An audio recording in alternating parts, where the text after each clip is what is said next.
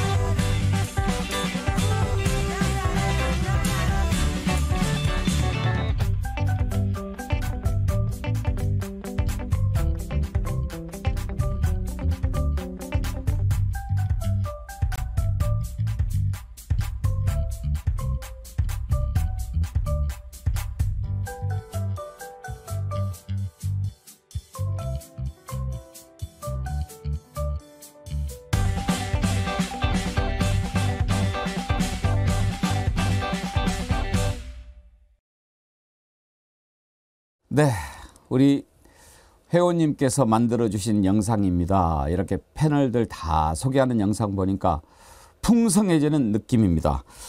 시작하기 전에 먼저 댓글 좀 소개해 드리겠습니다. 이은주님께서요 보내주신 글인데요. 앵커님 안녕하세요. 소망이 하나 생겼습니다. 하루라도 빨리 백운기의 정치 1번지 레거시 미디어와 유튜브계를 통틀어 정치 프로그램 중 최고의 자리에 우뚝 서는 순간을 맞이하는 것, 1등 하는 거요. 그날을 앞당기기 위해 더욱더 정신무장 단디하고 앵커님을 믿고 의지하면서 그 뜻 받들겠습니다. 충성, 필승, 단결. 여군 출신이신가? 김성환님, 조태구알이 필요한 정치 1번지 관심과 사랑 부탁드립니다. 제가 대신 홍보하네요. 한 마리의 정어리는 고래에게 진다는 생각을 할 필요 없습니다. 요즘이 덩치로 판가름하는 사회도 아니고요. 하지만 조직에 단합된 힘과 결속력은 아주 중요합니다. 정어리TV 백운기의 정치 1번지가 유튜브의 정론 언론으로 거듭나기 위해서는 여러분의 도움이 필요합니다. 예, 여러분 주변에 많이 권유해 주시고요. 그렇게 하면 우리가 또 힘낼 수 있습니다. 권나경님은 이런 글 주셨네요. 백운기 앵커님을 응원하는 마음으로 올립니다. 1회, 2회 청취한 피드백 올립니다. 앵커님의 구독자를 위한 진심 어린 마음은 충분히 이해되지만 소중한 시간을 시대 현안과 올바른 정보에 패널분들에게 깊이 있는 말들을 듣고자 하는데 자꾸 댓글 읽어주시고 안 그래도 앵커님의 말이 좀 느린 편인데 그렇게 하려 되는 시간이 너무 긴 듯해서 좀 답답하네요. 아이고 네, 아무래도 처음이니까요. 우리가 또 좀 소개도 하고 많이 또 구독 권유도 하고 또 축하하는 분들이 워낙 많으셔서 그랬던 거니까 이해해 주십시오. 앞으로 그런 것 줄이고 여러분들 궁금해하는 내용으로 더 많이 시간을 할애하도록 하겠습니다. 더 소개해 드리려고 했는데 권나경님 꾸중하실까 봐 이 정도 하겠습니다. 오늘 함께 하실 네 분 패널 소개하지요. 박원석 전 의원, 부승찬 전 국방부 대변인, 김준혁 한신대 교수, 조일출 파주예산정책연대 상임대표 네 분 함께 하십니다. 어서 오십시오. 네, 안녕하십니까. 반갑습니다. 반갑습니다. 오늘 이렇게 네 분 오시니까 스튜디오가 꽉 찹니다. 꽉 차요. 김준혁 교수님 여기서 다시 만나니까 반갑습니다. 예, 반갑습니다. 예. 정말 반가운 분은 우리 박원석 의원이신데 박원석 의원은 제가 MBN 뉴스와이드 또 KBC 백운기 시사 1번지 계속 이렇게 함께했던 아주 가까운 분인데 스픽스 갈 때 같이 못 갔어요. 그랬다가 이제 다시 만나니까 더 반갑습니다. 네, 스픽스는 제가 출연을 안 했고요. 예. 어제 원래 첫 출연 날이었는데 그러니까요. 작은 추돌 사고를 당해서 작은 부상을 입고 뭐 작은 문제들을 좀 처리하느라고 어제 생방송을 펑크를 내가지고 너무 죄송했어요. 박원석 의원 어제 교통사고 난 것은 우리 애청자들이 다 알고 계십니다. 어제 네. 제가 소개를 했거든요. 근데 네. 다행히 뭐 다치신 조금 데는 별로 스크래치 없고. 났는데요. 예. 그게 이제 택시를 탔는데 타서 안전벨트도 멜 새도 없이 뒤에서 추돌을 당해가지고 결국엔 제 안경에 제가 다친 거죠. 안경도 좀 망가지고. 그래도 네, 여기 조금 그만하길 이제 정말 급했습니다. 다행입니다. 네, 다행히 뭐 엑스레이 찍어봤더니 이상 아무 데도 없더라고요. 예. 그리고 또 원래 머리가 단단하신 그리고 얼굴을 조심해야 돼요. 왜냐하면 저희는 방송을 하기 때문에 그럼요. 얼굴에 부상이 입으면은 방송을 못 하니까. 못하죠. 네. 제일 중요한 부분입니다. 감기 안 걸려야 되고. 네. 예. 뭐 감기는 잘 관리하고 있습니다. 예. 우리 부승찬 대변인 지난번에 제가 방송 잠깐 쉴 때 우리 광주에 예. 세미나 갔다 왔지 않습니까? 그걸 또 이렇게 좋아하는 분들도 많이 계시고 그때 전쟁과 인권, 한반도 평화에 대해서 얘기하셨는데 네. 참 많은 생각하게 된 그런 특강이었어요. 아유, 뭐, 많이 모자랐습니다. 그래서 근데 이제 대담하고 이럴 때 저는 이제 앵커님의 얹어갔죠. 솔직히 얘기해서. 아이고. 그래서 편했습니다. 제가 숟가락 얹은 거죠. 정말 편했습니다. 예. 너무 감사드립니다. 예. 오늘 이렇게 우리 패널로 함께 해주셔서 감사를 드리고 예. 천공 관련해서 지금 재판은 어떻게 되고 있습니까? 중앙지검으로 송치가 됐는데 예. 이게 8월에 송치가 됐는데 아직까지 검사 배당도 안 된 상황이라 어떻게 그럼 될지. 기소가 아직 안 된 겁니까? 예, 예. 수사가 아직 안 끝났군요. 예, 예. 그냥 서울경찰청에서 송치만 중앙지검으로 송치만 돼 있는 상태. 예. 뭐를 들여다볼 게 그렇게 많아서 그런 겁니까? 그것보다는 아마 이제 기소를 하게 되면 대통령실 비서실장, 네. 경호처장, 천공 뭐 이제 각종 이 관련자들이 전부 출석해야 되는 상황이 벌어지기 때문에 조심스럽지 않을까. 그냥 저 혼자의 생각입니다. 많은 분들이 정말 궁금해하시는데 그때 왔다 갔던 사람이 백제곤이 아니고 천공이다라고 하는 예. 그 확신에 변함이 없으십니까? 아유, 그럼요. 그거를 어떻게 제가 예. 백제곤을 잘못 봤을 가능성은 없어요? 아니죠. 이게 명확히 제가 거기서 이제 총장한테 되물은 게 그거였지 않습니까? 항상 하얀 도포를 입고 다니고 흰 수염이 길게 이게 머리도 그렇고 그런 사람이 여기를 들어오는 게 저는 말이 안 된다. 그런데 워낙 또 총장께서 이제 이 부하들의 보고를 워낙 확신을 갖고 있었기 때문에 저 역시도 마찬가지죠. 군 보고 체계가 모든 게 끝나버리는 거거든요. 그 보고가 잘못된 거면. 그리고 확인 작업을 다 거치잖아요. 어느 기업도 마찬가지지 않습니까? 회장한테 보고할 때 이게 사실인지 아닌지 확인 과정을 다 거치기 때문에 이거 100조 원을 이제 천공으로 오인했다면 말 그대로 아군을 적군으로 오인해서 사살한 것밖에 더 되겠습니까? 그렇기 때문에 군은 보고 체계가 생명이고 그 생명을 철석같이 믿지 않으면 국민의 안전을 지킬 수가 없습니다. 저는 그렇게 생각하는 거죠. 예. 그러면은 우리 부승찬 대변인한테 얘기를 해줬던 참모총장 조사는 했나요? 아, 이래 조사했다고 하는데요. 예. 기억이 안 난다고. 기억이 안 난다. 네, 그렇게 답변을 했다고 들었어요. 우리가 또 박원석 의원 기억이 안 난다는 것은 대충 무슨 뜻인지 이제 다 알죠? 네, 그분도 그 총장님도 뭐 기억이 안 난다는 본인의 말의 의미가 뭔지를 알고 얘기하시는 걸 거예요. 알아서 짐작들 하시라. 예. 내 입으로 말은 못 하겠고. 근데 우리가 이렇게 살아보고 또 역사를 이렇게 겪어보면 변하지 않는 사실이 하나 있어요. 진실은 반드시 드러나요. 요즘 시대에 뭐 예. 반드시 확인됩니다. 예. 그리고 지금 말씀하셨듯이 저는 저거를 송치해놓고 수사를 안 하는 이유가 수사를 하면 진실에 가까워지거든요. 수사 안 하는 겁니다. 이 정부 들어서 이런 일이 한두 가지가 아니에요. 송치해놓고 수사 안 하는 사건 많습니다, 지금.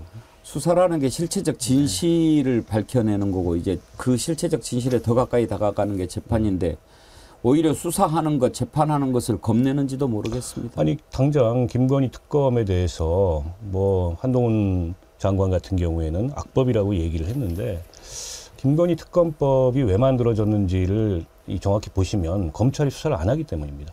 그러니까 문재인 정부 시절에 탈탈 털었다고 했는데 압수수색 한 번 하지 않고 소환조사 한 번 하지 않은 건 탈탈 턴 게 아니에요. 당시에 서울중앙지검장이 이제 어쨌든 문재인 대통령이 임명한 지검장이었고 그러나 수사팀은 다 이제 이 윤석열 사단의 눈치를 보는 수사팀이었기 때문에 전혀 이 수사를 못했고요. 제가 더 이해가 안 되는 건 현 정부 들어선 지 1년 6개월이 지났잖아요. 그러면 사건을 조사해서 혐의 없음으로 종결을 하면 되지 않습니까? 근데 어떤 검사도 저 사안을 종결 처리를 못하는 겁니다. 왜 나중에 직권남용이 될 위험성이 너무 크기 때문에. 게다가 이제 김건희 여사가 직접 매수 주문을 넣은 상황, 그러니까 즉 이 통정매매에 가담한 상황이 녹취록을 통해서까지 드러났잖아요. 너무 증거가 많아요. 그러니까 뭉개고 있는 건데, 근데 저 특검법을 가지고서 검찰이 수사 안 하면 당연히 특검으로 가는 게 당연한 논리인데, 그걸 저렇게 말하는 것도 이해가 안 되고, 아무튼 이 정부에서 너무 이 검찰권 행사가 자의적이고 편의적이고 자기들 마음대로, 내장수 마음대로 하고 있는 거죠. 우리 조희출 대표는 예산 전문가신데 이번에 예산 국회 통과됐지요. 예, 그렇습니다. 지금 여러 가지 관심이 가는 부분들이 많은데 오늘 그런 내용도 좀 이따가 짚어주십시오. 예, 알겠습니다. 많은 분들이 궁금해하실 겁니다. 근데 이제 요즘 저는 이렇게 언론에서 보도되는 것들을 볼 때 항상 그 시각에 주목하는데 대체로 어제 오늘 나온 것은 다른 부분들은 애써 외면하고 뭐 긴축한다고 그러더니 여당 대표라든지 야당 예결위 간사인가요? 예, 예결위 예, 간사. 거기 뭐 챙겼다 이런 쪽에다만 포커스를 맞췄던데 제대로 짚은 겁니까? 실질적으로 지금 말씀하신 것처럼 큰 변화는 없습니다. 657조 총액 그대로고요. 그 안에서 4조 2천억 정도만 국회에서 재조정을 한 것뿐이거든요. 그리고 또 제가 어제 밤 늦게까지 11시에 일정 끝나고 와서 그 수정안을 국회 사이트에 들어가서 다 뽑아서 봤거든요. 국민들한테 직접적으로 와닿는 예산의 변화는 거의 없습니다. 제가 보니까 끼워넣기 예산들이 줄을 다 이룬 거죠. 금액 적은 것들이. 예. 그리고 제가 방송을 통해서 국민들의 관심사항, 예를 들어 권력기관들의 특활비 쌈짓돈 예산, 그리고 대통령 외교 관련된 예산, 그리고 김건희 씨와 관련된 추정 예산들은 거의 변화들이 없었습니다. 예. 알겠습니다. 그런 예산 문제 후반부에 한번 좀 다뤄보도록 하지요. 오늘 첫 번째 주제로 아까 말씀드린 것처럼 한동훈 체제 한번 짚어보려고 하는데 지금 이제 다들 뭐 그거 궁금하죠. 과연 한동훈이 중심이 돼가지고 국민의힘이 이제 공천도 하고 이렇게 해서 내년 총선을 치르려고 하는데 그렇게 해서 이길 수 있을까? 여기에만 초점을 맞추는데요. 저는 이번에 한동훈 비대위원장 임명되는 과정을 보면서 더 큰 걱정을 한 게 바로 그겁니다. 정당과 행정부의 관계라고 하는 것은요. 물론 여당은 서로 일체가 돼야 뭐 일들을 잘 할 수가 있겠죠. 그렇지만 꼭 그것만 가지고는 안 되는 겁니다. 국민의 목소리를 가감 없이 전달하는 것이 정당의 역할이거든요. 그래서 여당이 필요한 겁니다. 그렇지 않으면 그야말로 그건 옛날에 뭐 청와대 출장소 그런 얘기 많이 했는데 용산 출장소가 되는 거거든요. 그런 정당 있으나 마나입니다. 그런데 지금 지난번에 김기현 대표 뽑을 때 우리들이 다 봤지 않습니까? 그 당 내에서 인기가 좋아서 지지를 받고 있는 사람들 1등 하면 쳐내고 해가지고 꼴등하는 애를 1등으로 올려놨지 않습니까? 이런 경우는 뭐 정치가 없는 거죠. 오늘날 우리나라가 지금 왜 이렇게 빠꾸를 하고 있습니까? 정치 경험 한 번도 없는 사람이 대통령이 돼가지고 그것도 좋다 이거예요. 뭐 꼭 경험이 있다고만 잘하란 법은 없지요. 정신이 똑바로 박혀 있으면 기대를 해보는데 이 나라를 어떻게 끌고 나가겠다라고 하는 것을 보여준 적이 없습니다. 또 하나 어떤 자리에 앉으면 그 자리가 어떤 자리인가 여기에 대한 인식이 있어야 되는데 대통령이라고 하는 자리가 어떤 자리인가에 대한 인식이 없는 거죠. 그래서 지금 이 나라가 계속 뒤로 가고 있는 것 아닙니까? 그런데 그렇게 해서 이제 국민들이 지칠 대로 지치고 도저히 안 되겠다. 저는 심리적 탄핵 상태라고까지 표현을 했는데 이제 여당의 대표까지도 검사를 갖다가 앉히려고 합니다. 그것도 정치 한 번도 안 해본 사람을. 이걸 보면서 도대체 윤석열 대통령은 어떤 생각을 하고 있는가. 아, 내가 해보니까 아무나 해도 되겠더라. 이런 생각을 하고 있는가. 아무나 해도 되겠더라가 성립하려면 지금 잘 돼 있어야 합니다. 잘 돼 있습니까? 지지율 30% 왔다 갔다 하는 것 이제는 고착화돼서 놀라지도 않고 긴장도 하지 않고 그런데 한 번도 안 해본 사람을 정치를 그것도 정치권 깝죽거리면서 비난만 하는 사람 이 사람을 여당 대표로 해놓고 그래놓고 하는 말이 뭐 오히려 가까우니까 더 직언을 할 수 있을 거야. 그게 말입니까? 막걸리입니까? 그래서 오늘 우리는 첫 번째로 정치를 한 번도 안 해봤던 사람이 이끄는 행정부, 정치를 한 번도 안 해봤던 검사 출신이 이끄는 여당, 이 관계가 이 나라를 어떻게 끌고 갈 것인가 여기에 초점을 맞춰서 먼저 좀 고민을 해보려고 하는 것입니다. 먼저 한동훈 장관 어제 국민의힘 비대위원장 추대되고 했던 얘기를 한번 들어보시죠. 9회 말 투아웃에 투스트라이크면 원하는 공 들어오지 않아도 스트라이크인지 볼인지 애매해도 후회 없이 휘둘러야 한다고 생각합니다. 상식 있는 동료 시민과 함께 대한민국의 미래를 위한 길을 같이 만들고 같이 가겠습니다. 국민의 상식과 국민의 생각이라는 나침반을 가지고 앞장서려고 합니다.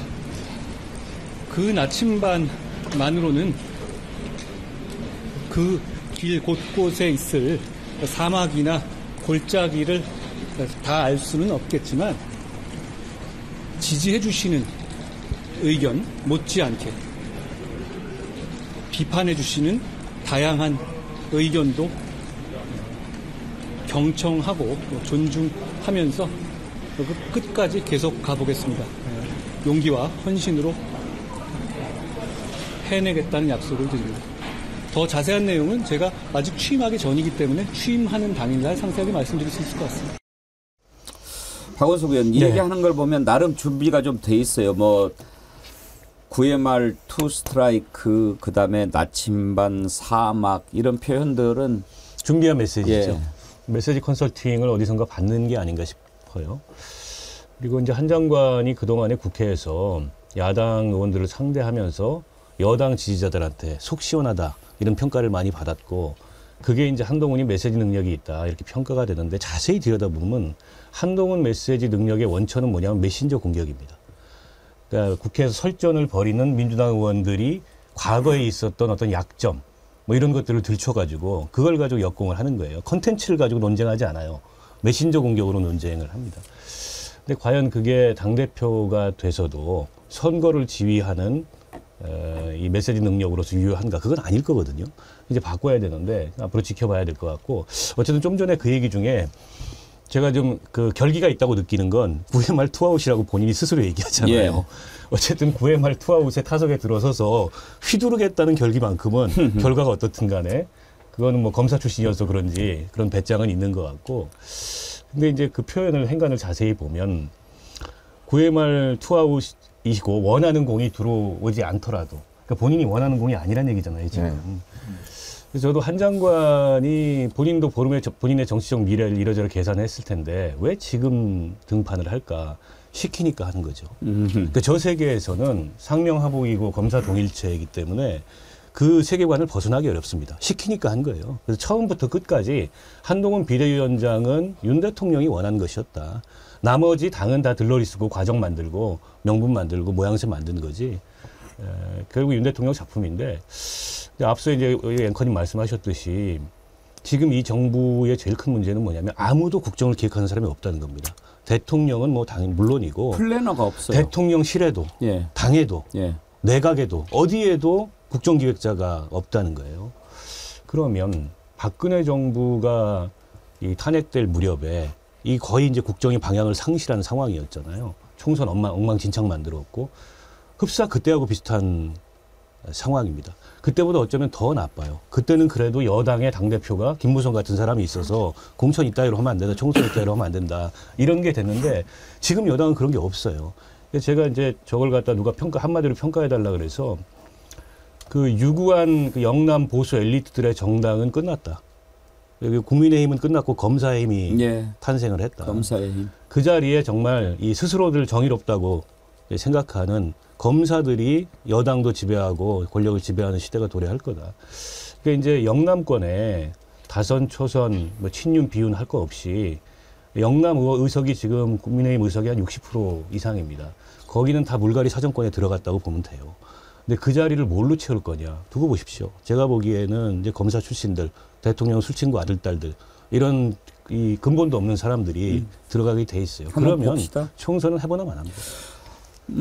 저는 오늘 총선보다는 나라 걱정을 좀 더 먼저 하려고 그러는데 아까 박원석 의원께서 국정 기획하는 사람이 없다고 말씀하셨잖아요. 어제 제가 어떤 분을 만났는데 똑같은 얘기를 하시더라고요. 그러니까 당시에는 맨 처음에 이렇게 됐을 때 국정 기획하는 사람이 없겠느냐. 대통령이 말을 안 듣는 것이다. 이렇게 생각했는데 지금은 바뀌었다. 아예 하는 사람이 없다. 그렇게 생각이 된다. 그런 얘기를 하더라고요. 아니, 전 솔직히 말해서 윤 대통령은 본인이 뭘 하고 있는지 잘 모른다고 봅니다.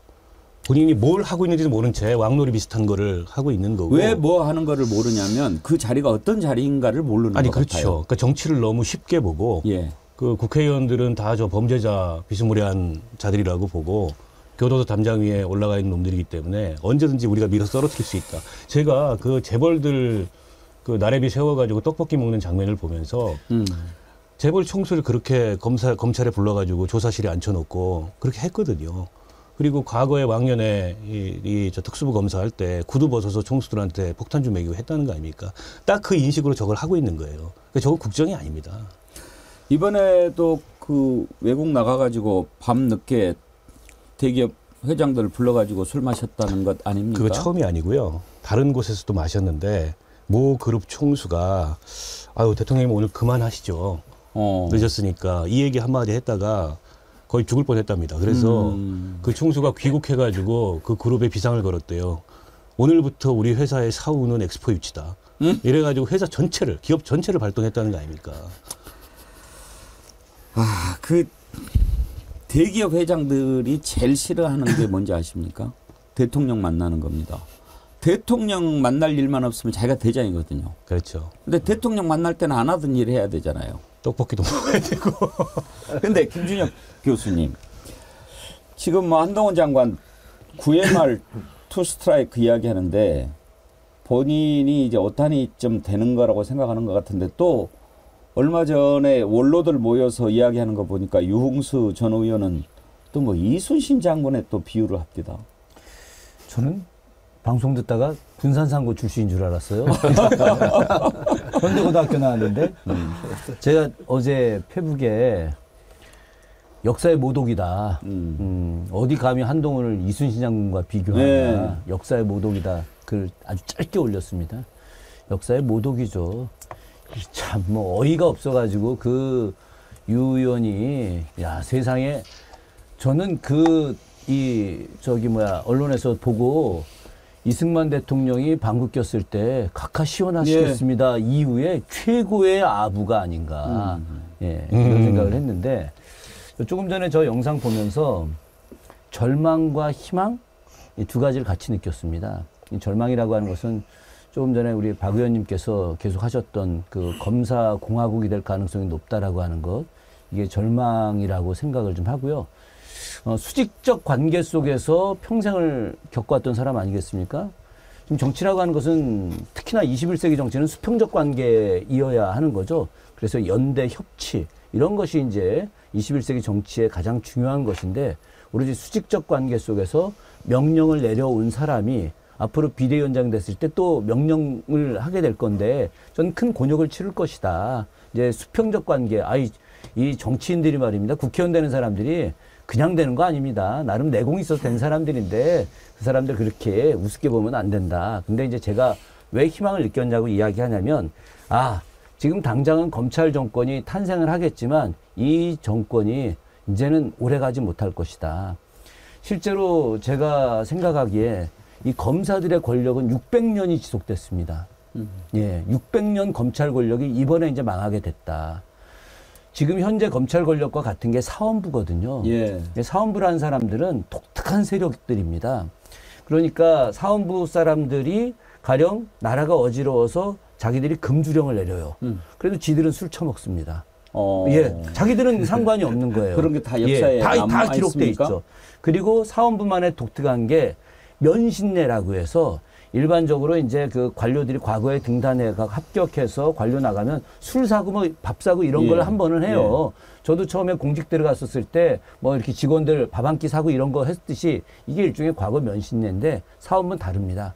사원부는 아주 완전 죽여요. 사원부 면신례다 죽은 사람도 있습니다. 그건 어떤 거냐. 자기들 벼루에 먹 깔아가지고 침 탁 쏟아뱉게 한 다음에 그거 먹이고. 예.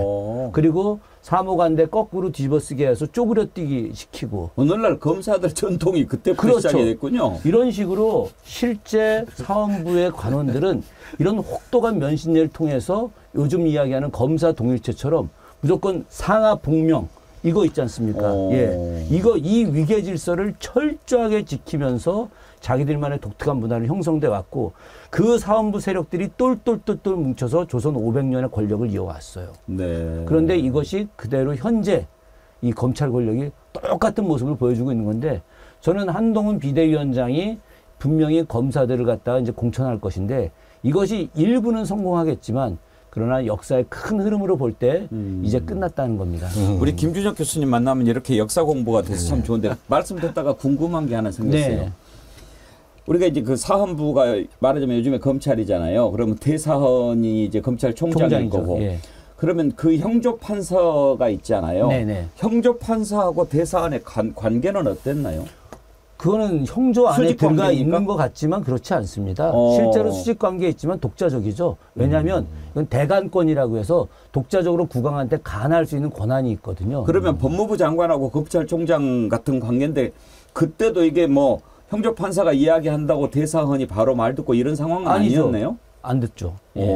그러니까 지금의 어떤 이 구조가 대한민국 검찰 구조가 일제식 검찰 구조라고 생각하는 측면들도 있지만 예. 이 구조는 바로 조선시대 때 사원부 구조하고 일제시대 때 검찰 구조를 섞어놓은 겁니다. 아, 지금. 예. 그렇군요. 네. 그렇군요. 알겠습니다. 이런 얘기는 잘 기억했다가 나중에 써먹어야 돼요. 그래요. 적어놓으세요. 우리 김민욱 교수님 만나면 메모장이 필요합니다. 소효님, 이순신을 욕되게 하지 마라, 샹. 해피펀드님, 사자 명예훼손죄로 고발 안 됩니까? 이순신 장군을 아니 이순신 장군 종손이 후손이 할 수 있죠. 이순신 장군 종손이 천안에 아산에 계십니다. 저희 그 선배님인데 예전에 그 충남 청년 집행위원장 했던 전설의 학생운동권이거든요. 지금도 저 충남 지역에서 아주 시민운동 열심히 하고 계시는데 조금 이따 전화해가지고 방송 끝나면 형 빨리 사자 명예훼손 고발해 내가 얘기하려고요.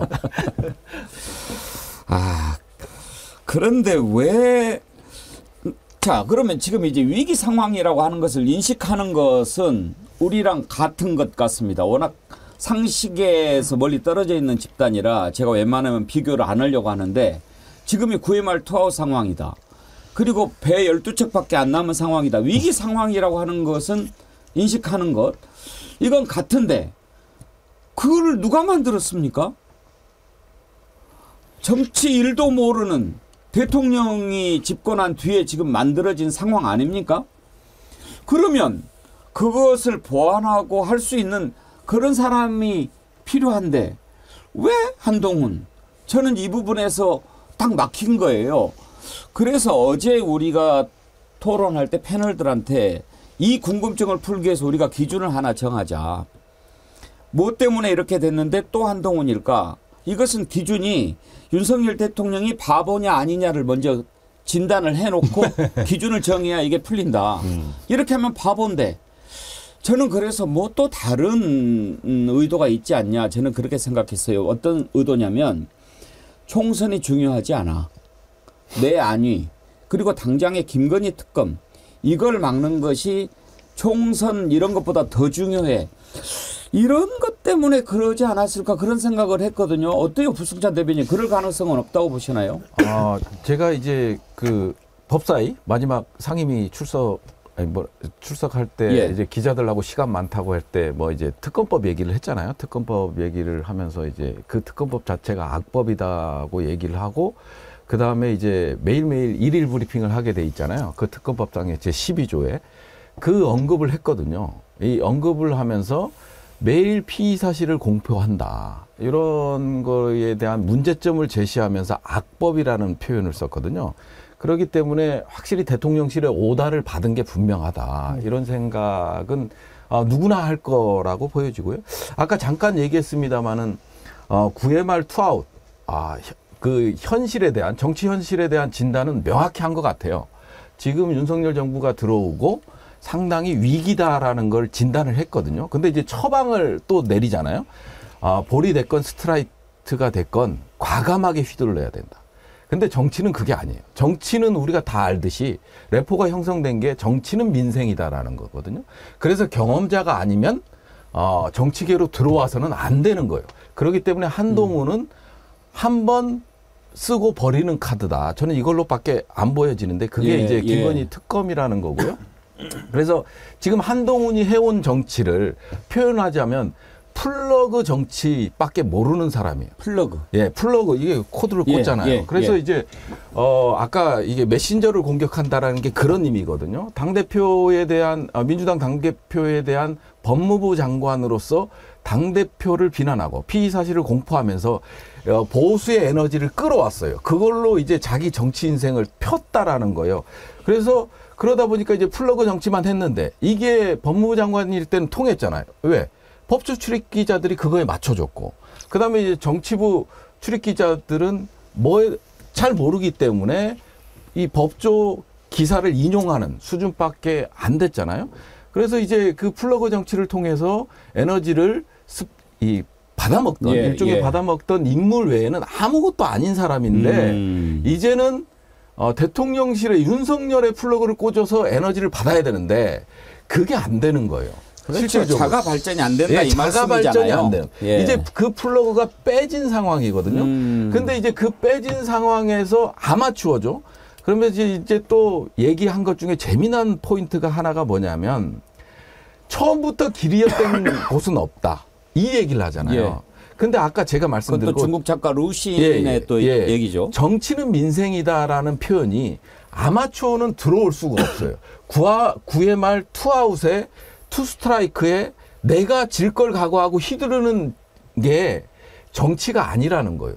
반드시 스트라이크, 내가 의도한 공을 가지고 쳐야 되는 상황이에요. 마구 휘두르면 우리 민생은 가라앉는 거예요. 그럼요. 대한민국하고는 가라앉는 건데 여기서 이제 아마추어라는 거를 보여줬다고 생각이 드는 거죠, 저는.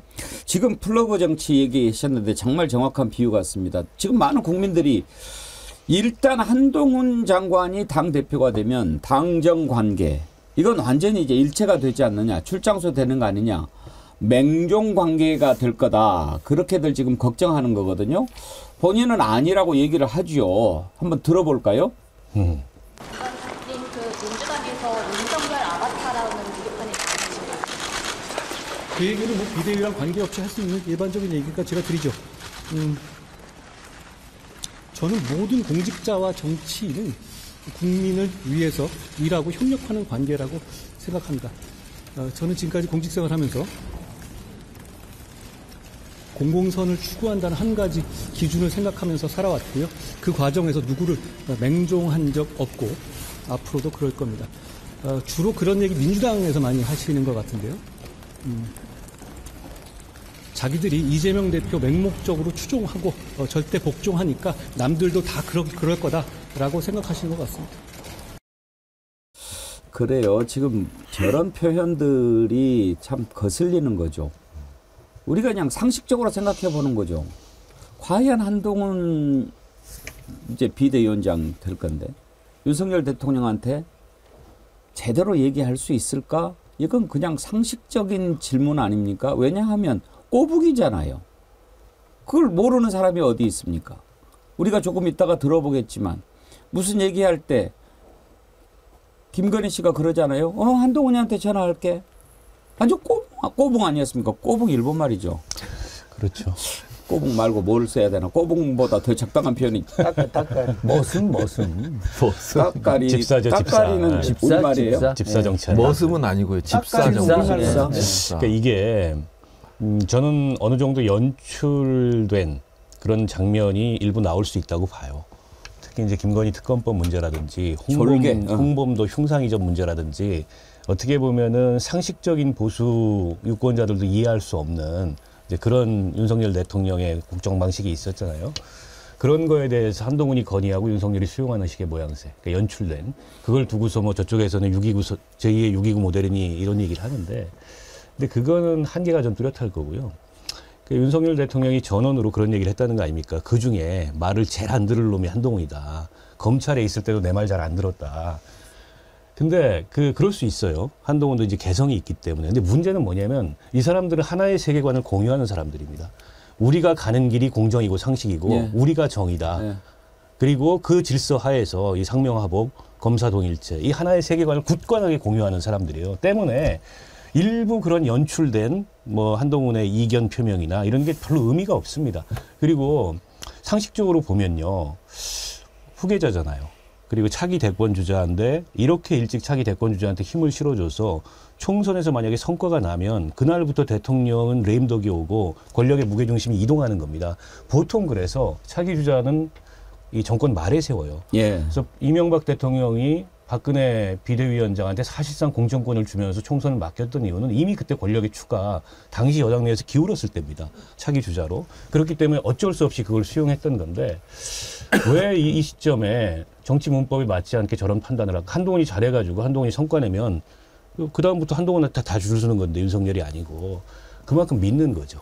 믿는 거죠. 왜냐하면 자신들의 그 질서 이 상명하복과 검사동일체라는 질서하에 전혀 한동훈은 그럴 가능성이 없는 인물이고 왜냐하면 자기하고 똑같은 생각을 하니까 그런 어떤 믿음 때문에 저는 저런 카드가 나올 수 있다고 생각해요. 조일출 대표는 혹시 간접적으로라도 검찰을 경험해 보신 적이 있으신가요? 저도 사실 있습니다. 가서 조사도 몇 번 받기도 했었죠. 정치권에 있었으니까. 그러니까 우리가 이제 검찰하면 그야말로 상명하복이잖아요. 예. 그런 관계 속에서 맺어진 두 사람인데 맹종하지 않을 거다. 너네들 뭐 이재명 대표가 맹종 뭐 하니까 그렇게 얘기하는 모양이다 이렇게 얘기하는데 그 관계가 맹종의 관계가 아닐 수도 있다고 보십니까? 저는 맹종의 관계라고 확신합니다. 그 증거가 이미 3일 전에 있었습니다. 사흘 전에 어떤 거죠? 윤석열 총장 정직 2개월이 항소해서 지금 그 부분을 다 취소시키라고 지금 판결을 하지 않았습니까? 그런데 이게 재미난 게 뭐냐면요. 온고가 검찰이었고 피고가 그러니까 법무부지 않습니까? 그리고 그 피고가 한동훈 장관이 있었던 거고요.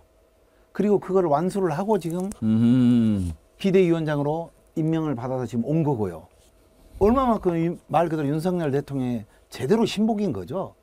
저는 이거를 딱 보는 순간 100% 비대위원장 올 거라고 확신을 했고 또 앞으로도 이 부분에 대해서 강력하게 윤석열 대통령의 메시지를 그대로 따라서 실천할 거라고 봅니다. 예.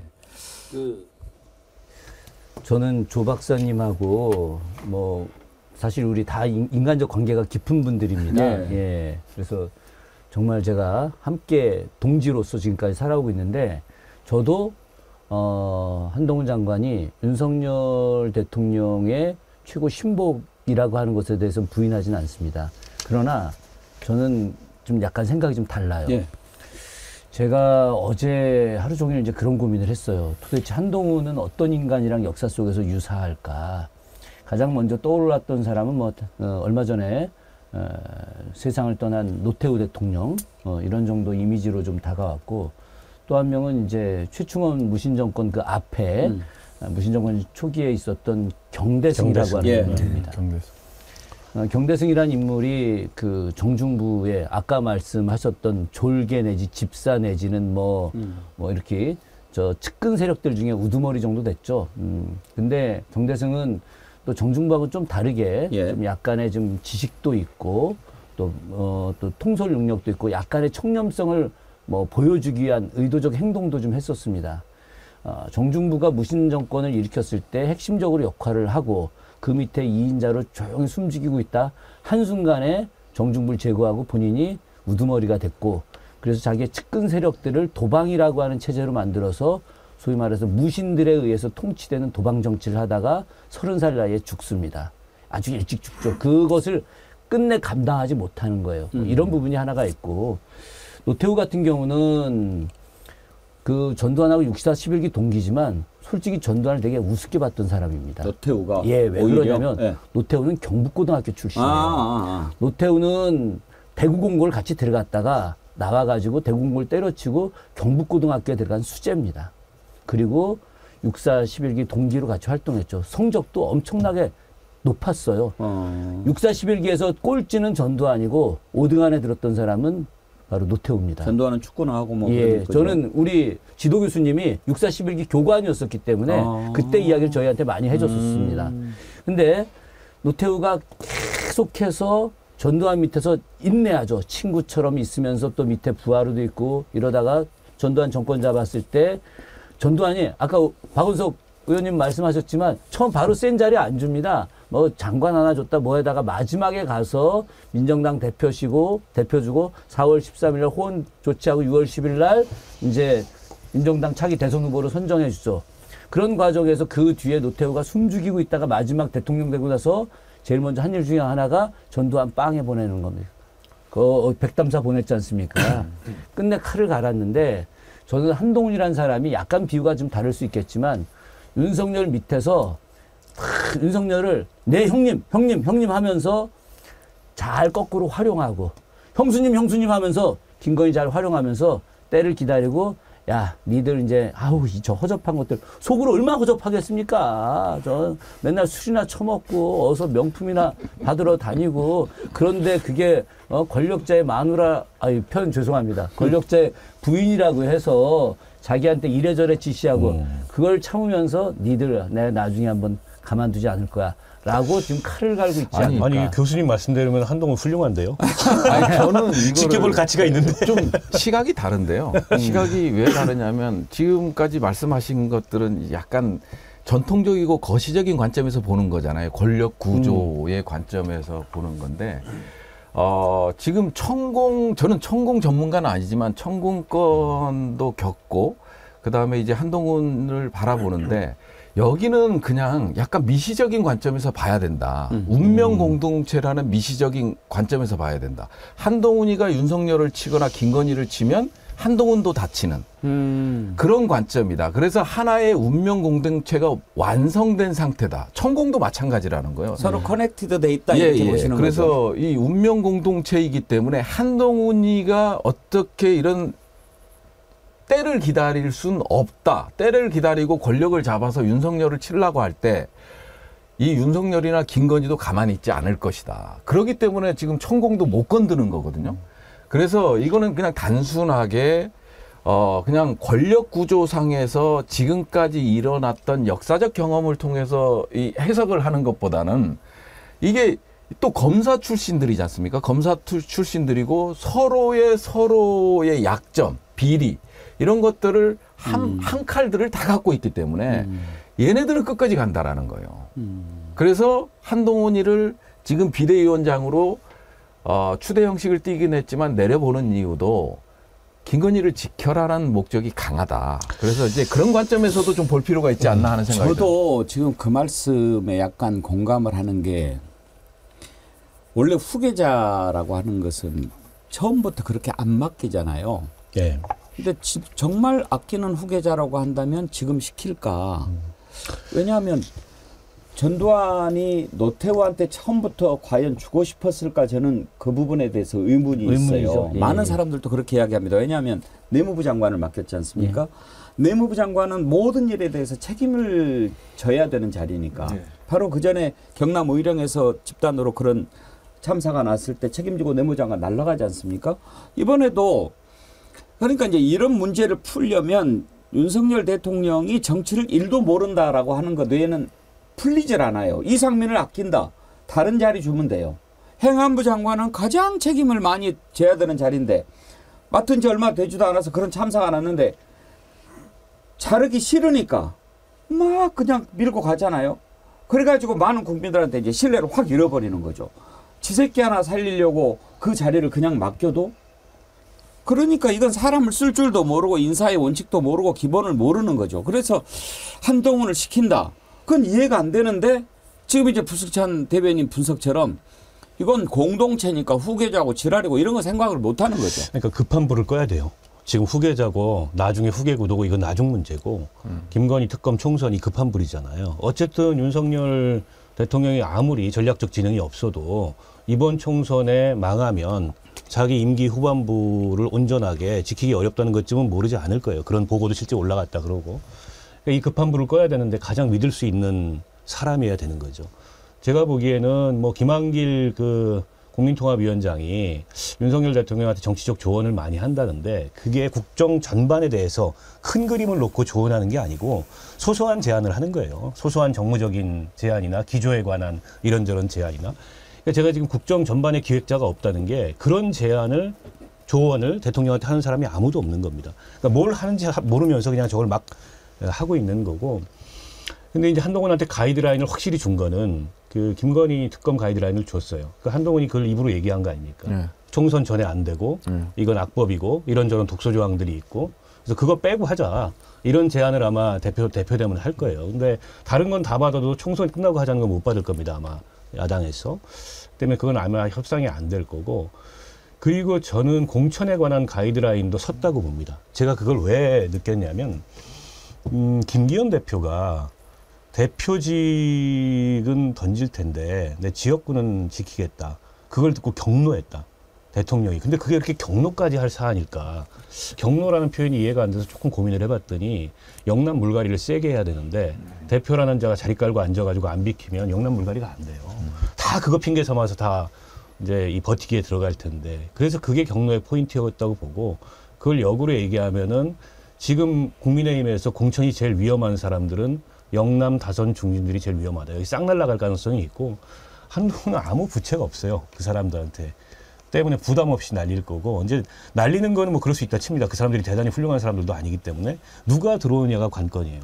그러니까 과거에 2000년 이 당시 한나라당인가 그때 총선 비율을 많이 드는데 이해창 총재가 누굽니까? 김윤환. 허주 포함해가지고 48명을 날렸어요. 맞아요. 그때 그 사람들이 민국당 만들었잖아요.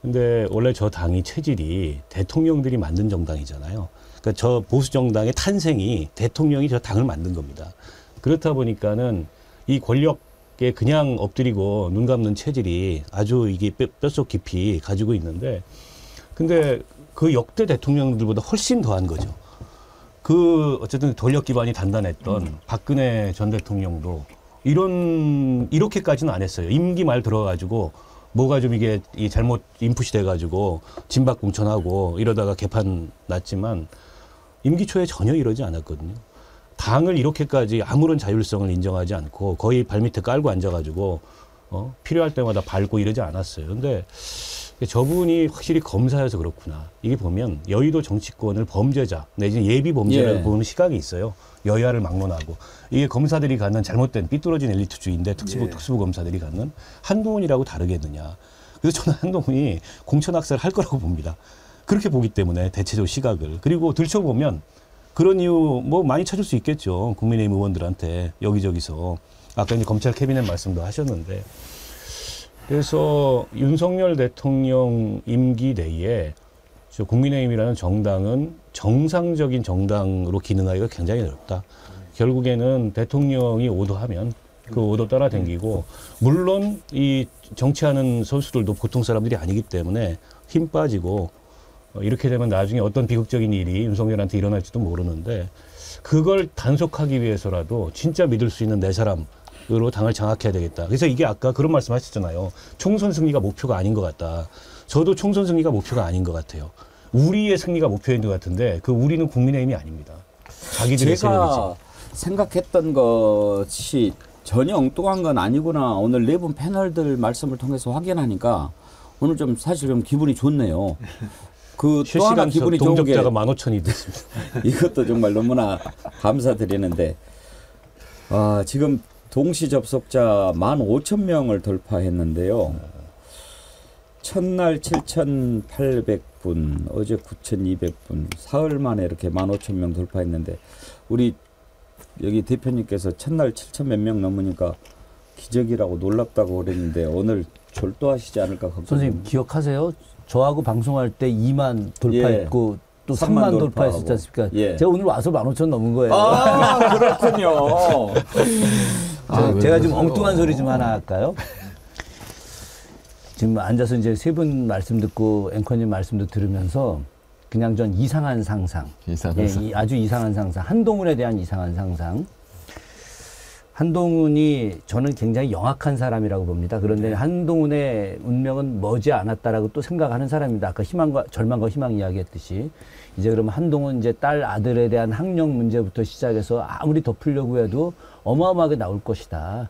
조국 장관 자녀 문제하고는 비교가 안 될 것이다. 이런 게 이제 나오면서 언론이 통제하지 못하고 그대로 이제 이게 커져 나가면서 사람이 이제 완전히 잘못된 길로 나가게 될 거다. 이런 또 생각도 하게 되죠. 하는데 저는 한편으로는 윤석열과 한동훈의 관계가 수직적 관계인 것처럼 보이지만 저는 윤석열은 한동훈을 의외로 무서워하고 있을지 모른다. 의외로. 이 윤석열이 간이 그렇게 큰 사람이 아닙니다. 옆에서 그 김건희라는 사람이 가스라이팅 시켜갖고 여기까지 온 건데 그 김건희도 저는 한동훈을 지시 막 시키는 것 같지만 속으로는 좀 두려워할 거다라는 생각을 좀 하고 있는데 그래서 윤석열과 김건희가 한동훈을 제거하기 위해서 이참에 빨리 비대위원장을 시켜주고 네가 잘못하면은 빨리 망가져서 나가라. 아까 김철근, 그 김철근 정무실장 이야기 들으면서 생각이 난 겁니다. 예. 두 번의 비대위원장 이건 때문에 그렇게 됐을 때 제거될 거라고 생각하지만 한동훈은 거꾸로 이번 공천을 윤석열 입장에 맞춰주는 척하면서 철저하게 자기 세력들로 윤석열은 자기 세력의 검사들을 공천시키는 것으로 보이지만 철저하게 한동훈은 실제 자기 세력의 측근들을 이 공천을 주면서 자기 세력화해서 오히려 거꾸로 차기에 확실한 어떤 기반을 마련하지 않을까. 예. 오히려 윤석열이 다치지 않을까. 우리 김 교수님은 윤석열과 한동훈의 암투가 나기를 지금 바라시는 것 같아요. 그런 상황까지는 이제 제발. 제발 봐야 되겠는데 이제 왜 한동훈이냐 하는 것에 대한 의문이 풀리지 않아서 우리가 계속 그 부분을 들여다보는 거거든요. 그런데 이제 당장 급한 불을 끄기 위해서였을 것이다 라는 그런 말씀드리셨고, 제가 앞부분에 오프닝에서 말씀드렸듯이 이제 윤석열 대통령 찍어놓고 후회하는 분들이 많이 계시죠. 뭐 때문에 후회합니까? 일단 요 산돌림 글을 좀 읽어드릴게요. 지난 주말 아들네가 와서는 뜬금없이 아버지 죄송합니다 하는 것이었습니다. 사실은 선거 때 아버지 어머니 말씀 듣지 않고 윤석열을 찍었습니다. 정말 많이 후회합니다 하는 것이었습니다. 지금이라도 후회하고 반성하니 얼마나 다행입니까? 즐거운 저녁 시간이었습니다. 이런 글 주셨는데요. 자, 이제 국민들이 알게 됐습니다. 어떤 걸 알게 됐습니까? 여러 가지를 알게 됐습니다. 일단 뭐 선거 전에는 도리도리 하는 것만 알게 됐는데 지금은 이제 알게 된 게 아주 많지요. 그중에 이제 결정적인 게 저 사람한테 이 나라를 계속 맡겨서는 나라 절단나겠다. 이런 것을 알게 된 거죠. 더군다나 지금 이 나라 국정을 누가 주도하고 있느냐 하는 것에 들어가서는 더 걱정이 커집니다. 아니 대통령 부인이 만약에 남북관계가 어떻게 되면 당신이 그건 맞고 그다음에 금융위원 뭐 이렇게 하고 이게 뭡니까? 지금 이런 나라가 돼가고 있지 않습니까? 맨 처음부터 우리가 많이 걱정했어요. 손바닥에 왕자 쓰고 나올 때부터 걱정한 거죠. 그런데 수염난 놈이 왔다가 여기다가 터잡어 이렇게 하고 이런 나라를 만들어버리면 어떻게 되겠습니까? 그래서 이제 도저히 안 되겠다라고 하는 상황까지 왔는데, 그러면 왜 한동훈이냐를 들여다봐야 됩니다. 우리가 오늘 그 부분을 잠깐 짚어봅시다. 한동훈을 어디에 쓸 것인가? 윤석열 대통령 당선됐을 때부터 모든 국민과 언론이 주시했습니다. 대체로 가장 많이 나왔던 게 서울중앙지검장이었어요. 아마 한동훈한테 서울중앙지검장 맡기면 이제 검찰 권력 휘둘르는데 딱 맞을 거야. 왜냐하면 그때 급이 그 정도 급이었거든요. 그런데 상상도 할 수 없는 자리를 맡긴 겁니다. 법무부 장관. 그때 눈에 가장 띄는 게 그 인사였는데, 그때 한동훈을 법무부 장관에 앉히면서 윤석열 대통령이 뭐라고 얘기했는지 그걸 한번 지금 다시 들어보죠. 유창한 영어 실력으로 또 다양한 국제 업무 경험도 가지고 있고, 그리고 글로벌 스탠다드에 맞는 이런 사법 제도를 정비해 나가는데 적임자라고 판단했습니다. 자, 부승찬 대변인 왜 웃으세요? 예? 왜 웃으셔요? 아니 갑자기 법무부 장관 얘기하는데 글로벌 스탠다드가 나오길래요. 예, 그래서 웃었습니다. 영어까지 또 잘한다고. 영어도 잘한다고 하고. 영어 잘합니까? 뭐 잘한다고 들었습니다. 네. 예. 근데 법무부 장관이 영어 잘하고 글로벌 스탠다드가 왜 필요한지 모르겠는데 예. 그때 당시에 또 뽑는 기준들도 이상했어요. 예, 예. 뭐 그리고 전 정부에 이렇게 훌륭한 사람 봤냐 또 그런 얘기 했었고요. 네.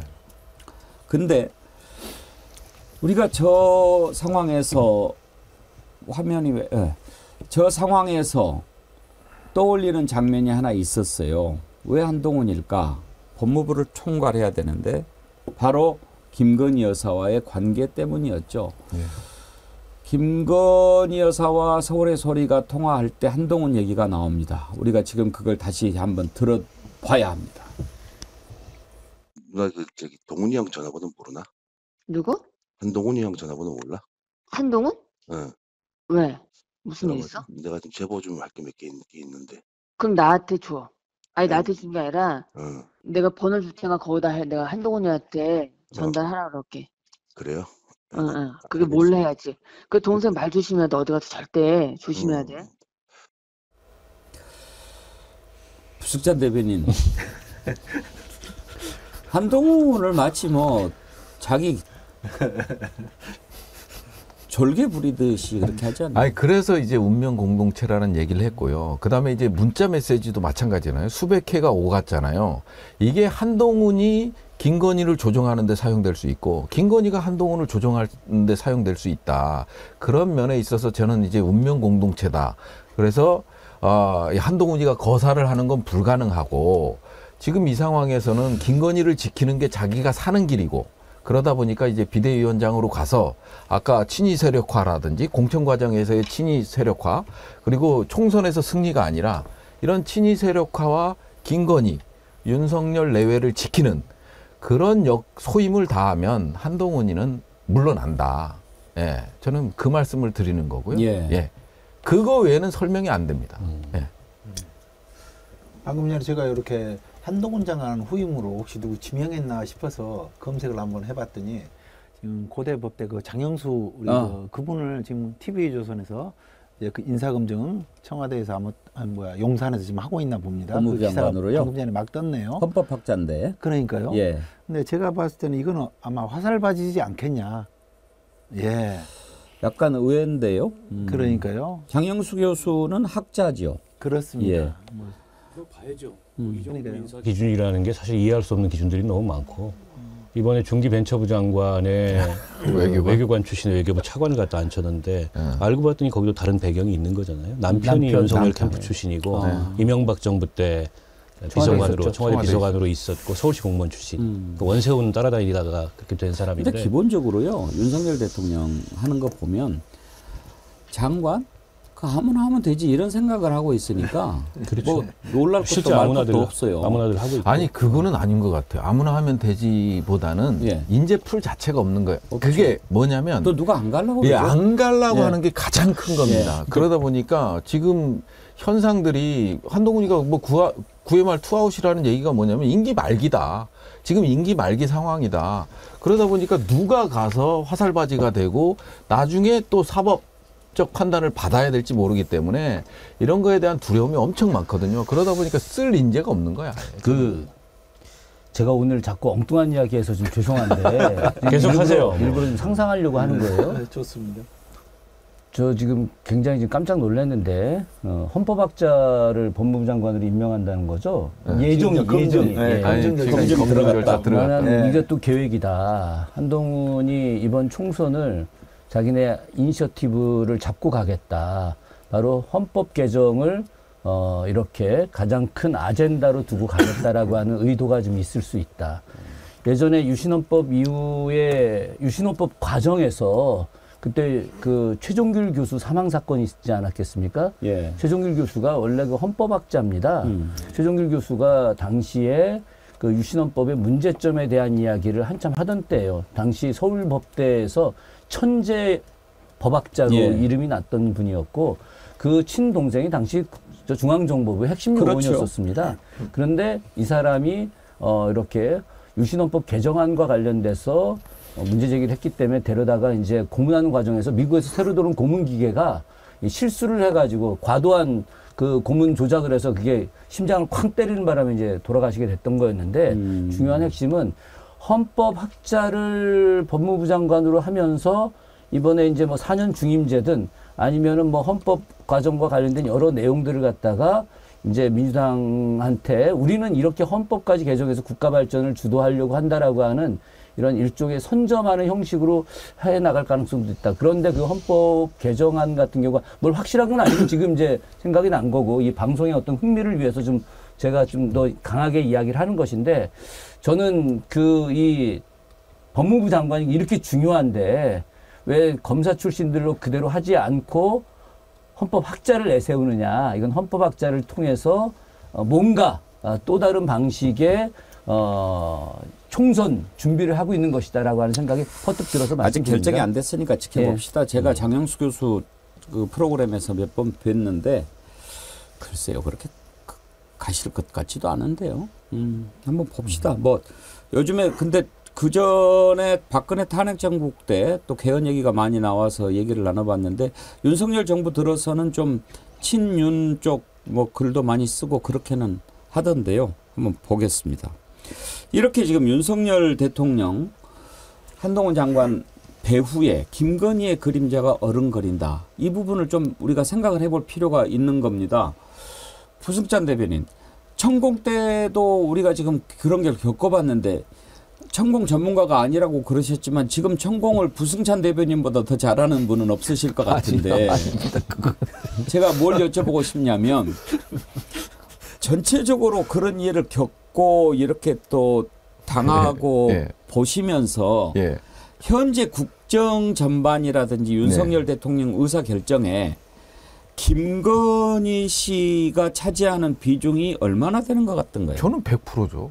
그 정도예요. 네. 그냥 윤석열은 바지 사장이다. 저는 그렇게밖에는 안 보여요. 이 조사를 받으면서 그런 것들을 정말 많이 느껴요. 그러고 나서 조사 받으면서 그걸 느꼈기 때문에 제가 거리로 나갔던 겁니다. 윤석열 퇴진, 대통령 퇴진 거리로. 지금 거의 국정 운영은 저는 김건희 여사가 하고 있다고 보여져요. 모든 거를.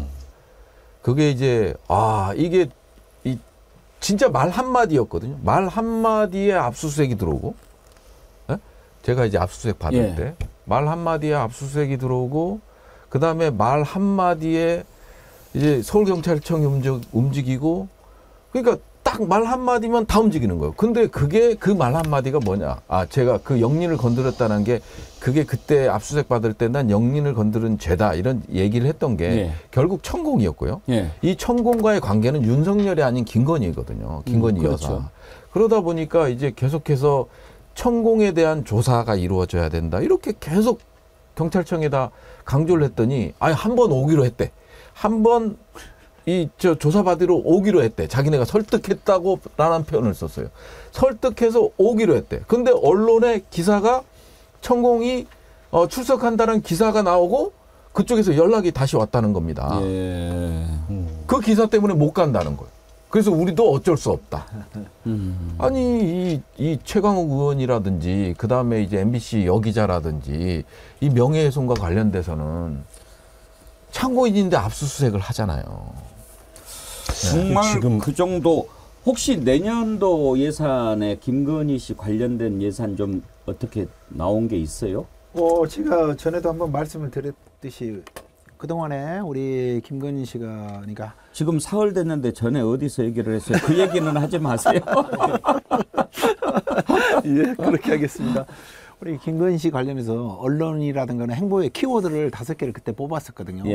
한국 방문의 명예위원장, 코바나 컨텐츠, 그리고 또 그 넷플릭스 우리 컨텐츠 담당자들도 만나고 이런 부분들 키워드를 해서 그때 했던 게 대표적으로 우리 문화 컨텐츠 그리고 관광, 전통문화예술, 시각예술, 박물관 잡았는데요. 제가 살펴봤더니 7,748억 원 중에서 191억 원을 감액을 시키긴 했습니다. 그렇지만 그 어떤 전체적인 우리 문화관광체육부의 예산이 전체적으로 크게 감소를 했는데 거기에 비하면 거의 감소를 하지 않은 거죠. 최초한 7,748억에서 191억 감액한 것이 중요한 게 아니고 실제로 늘어난 게 2,900억이 넘는 거 아닙니까? 맞습니다. 이게 중요한 거죠. 그렇죠. 신규로 책정되고 증액된 게 2,900억 원, 3,000억 원 가까이 됩니다. 근데 이걸 김건희 씨 관련 예산이라고 추정할 수 있습니까? 근거가 뭡니까? 거의 그렇다고 봐야 되지 않겠습니까? 신규 예산 같은 경우.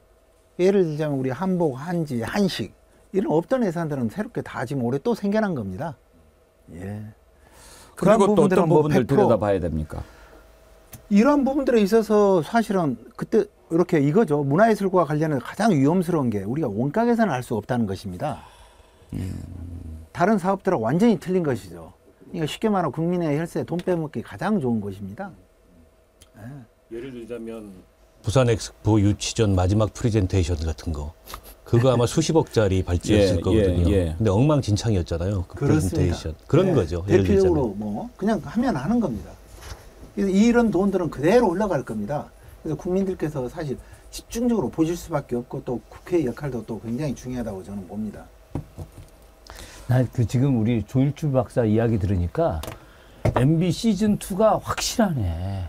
왜 그러냐면 진작이죠. 지금 지금 이 해먹던 선수들이 들어갔다. 한국 한식 이익에 MB 때 영부인 김유영 여사가 집중적으로 했던 예산들이잖아요. 그러다가 이 예산이 그 뒤에 박근혜 정부, 문재인 정부 때 이제 그것이 대실패를 했었기 때문에 사라졌던 예산인데 다시 부활했네. 재미난 게 뭐냐면 김유영 여사 그분도 한국 방문의 명예위원장을 그 당시 하셨습니다. 지금 그대로 지금 따라서 하는 겁니다. 어떻게 보면 좀 용산에 그 당시 출신들이 또 많이 가 있지 않겠습니까? 그러니까 이게 보니까 이번에 엑스포 무슨 29표 받고 떨어지고 그 전까지 정말 진지하게 그냥 이 겉으로 블러핑한 게 아니고 진지하게 결선 투표 가서 이긴다고 대통령이 그렇게 믿고 막 했잖아요. 홍보도 그렇게 하고. 근데 관료들이 몰랐을까요? 저는 관료들은 다 알았다고 봅니다. 그냥 그걸 원하니까 맞춤으로 해주는 거예요. 그렇죠. 그런 보고를 원하니까. 아, 바보구나. 바보가 원하는 대로 해주자. 다 이렇게 해주고 있는 겁니다.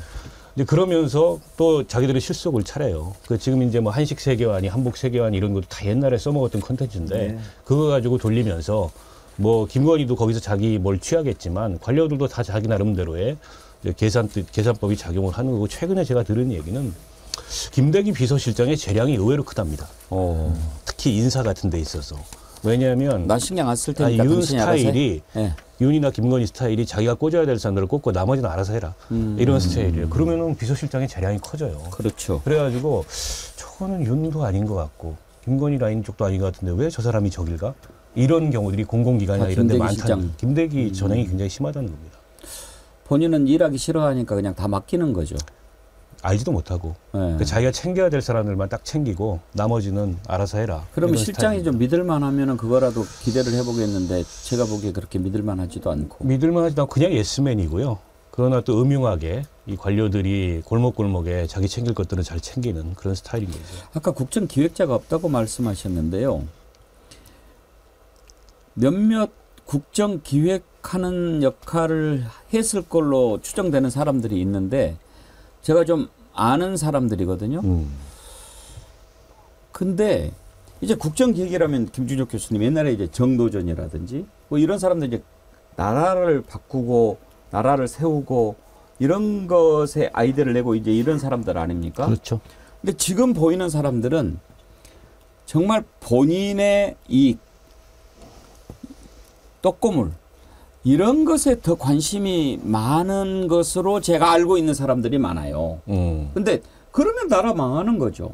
국정기획, 나라를 세우는 것, 경세 이런 건 어떤 사람들이 해야 됩니까? 뭐 일단 기본적으로 사심이 없어요. 사심이 없어야죠. 예, 사심이 없고 청렴하고 그리고 국가 운영과 관련된 공부를 좀 많이 했어야 되죠. 여기에 대해서 실천을 해야 되는 거 아니겠습니까? 그래서 우리가 조선시대 때 국정기획자들이 가장 중요하게 생각하는 것이 사대부의 정신을 올바르게 갖는 거 아니겠습니까? 사, 선비와 대부, 즉 공부를 하고 있으면 사고, 선비고 여기에 관직에 나가면 대부가 되고 대부가 다시 사로 돌아가고 이런 과정들.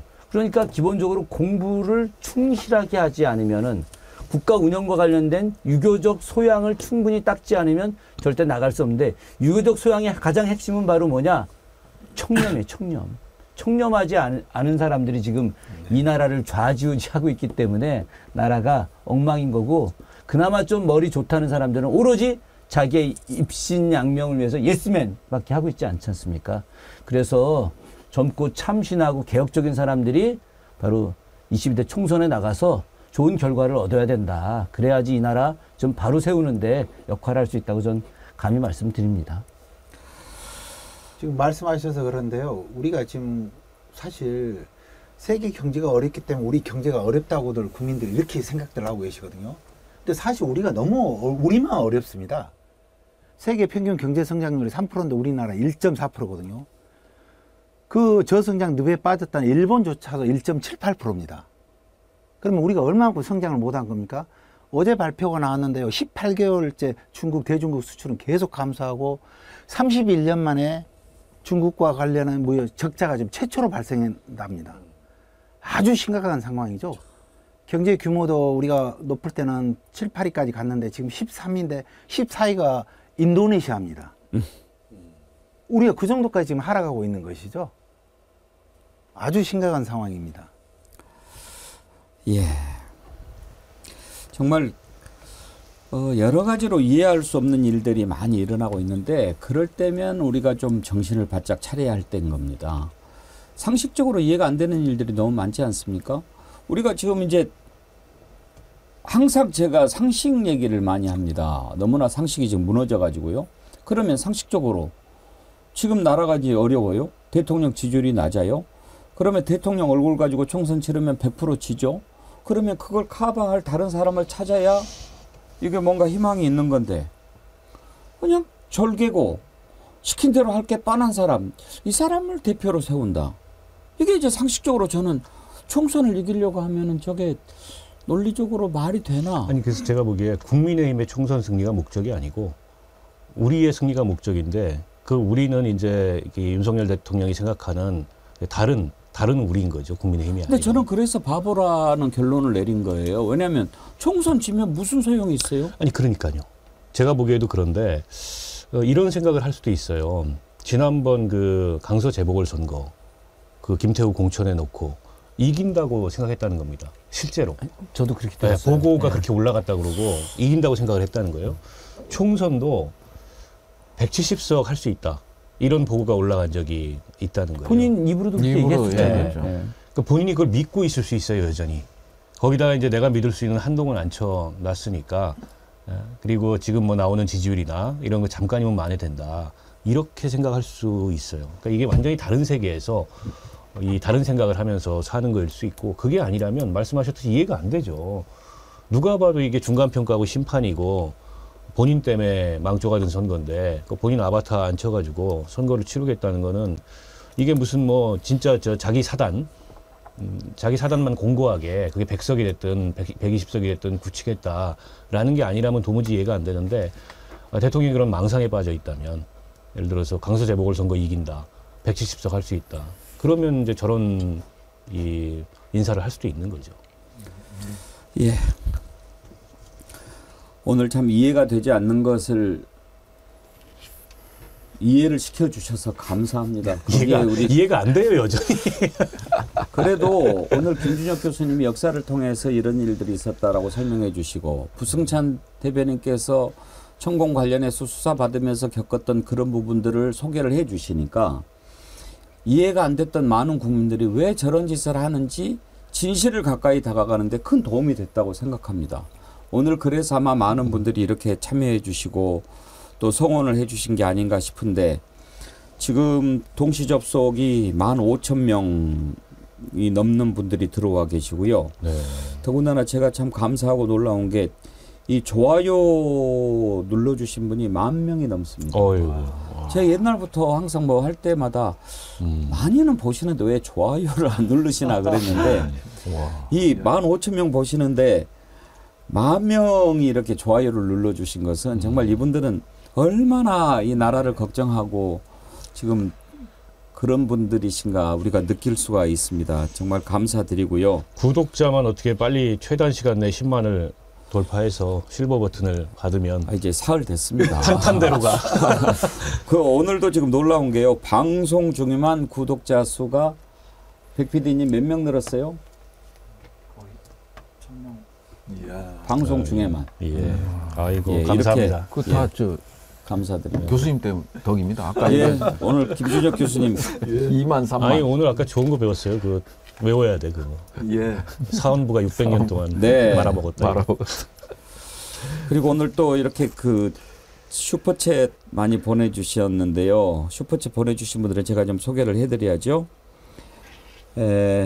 오로라님, 제가 액수는 밝히지 않겠습니다. 오드리님, 김원모님, 이정필님, 시카고 코리님,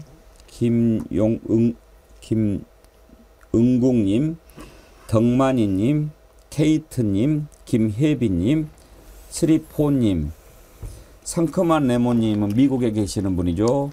미국 달러로 보내주셨습니다.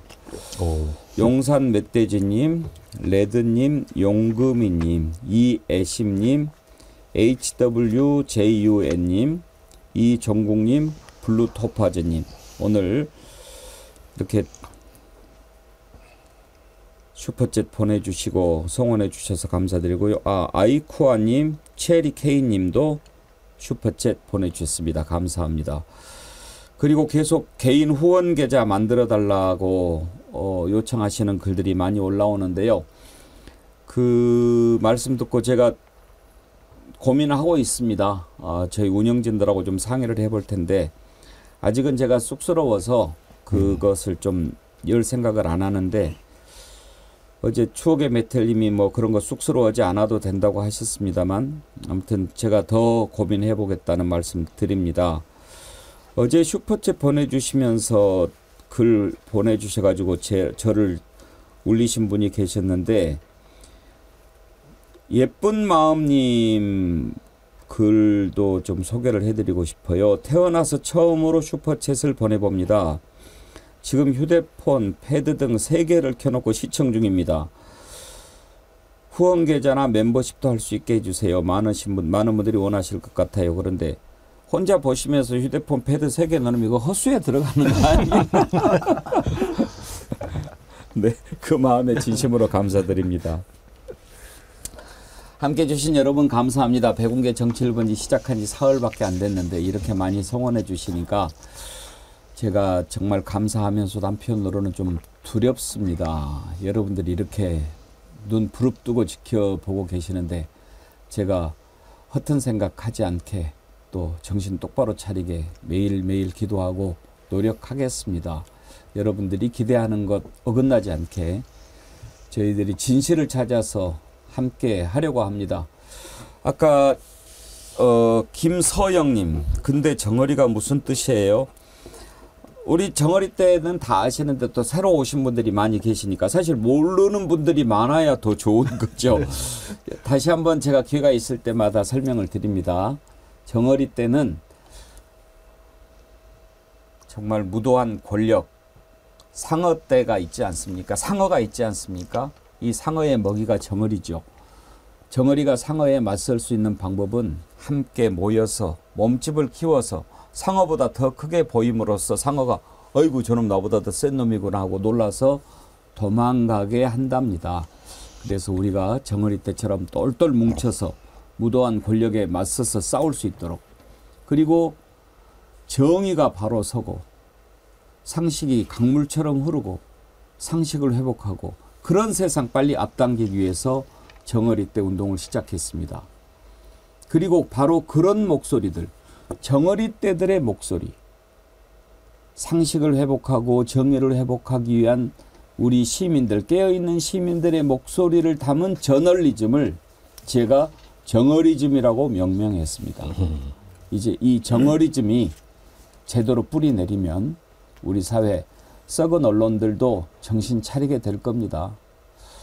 어떻게 지금 이 나라를 이렇게 망쳐놓고 개판으로 만들어 놓고 있는데 거기에다가 자기 절개를 또 여당 대표를 시킵니까? 도대체 나라를 어떻게 끌고 가겠다는 것입니까?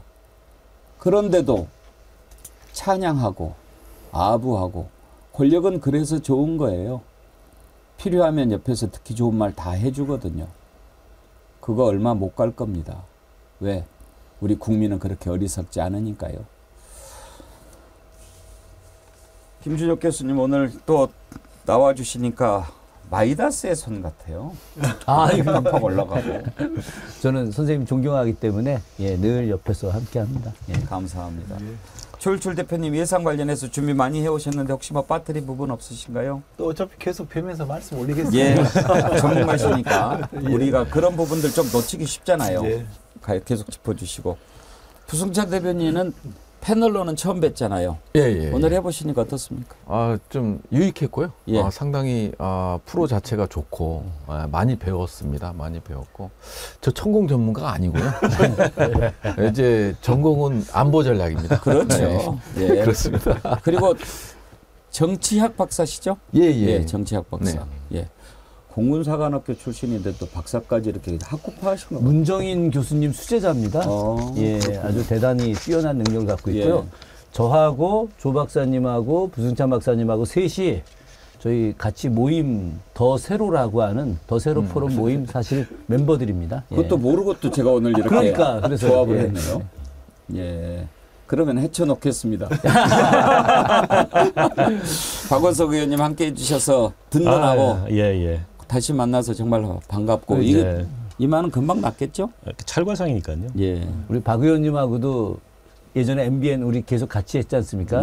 앵커님하고 또 지역에서 같이 활동했던 또 선후배 사이고 저 딱 이 멤버 구성이 돼가지고 야 이거 이렇게 좋은 조합이라니 너무 신나서 왔죠. 다만 제가 좀 걱정하는 건 하나 있어요. 이렇게 좋은 분들하고 계속 하고 싶은데 내년 4월 되면 이제 못 볼 것 같아가지고 다들 또 국회에 가 계실 거 아니에요. 네. 자, 고맙습니다. 오늘 함께해 주신 여러분 진심으로 감사드립니다. 여러분들 덕택에 정말 행복한 사흘이었습니다. 주말 잘 보내시고요. 오늘 금요일 맞죠? 예, 그렇습니다. 아, 정말 요즘에 막 시간 가는 거 잘 몰라가지고.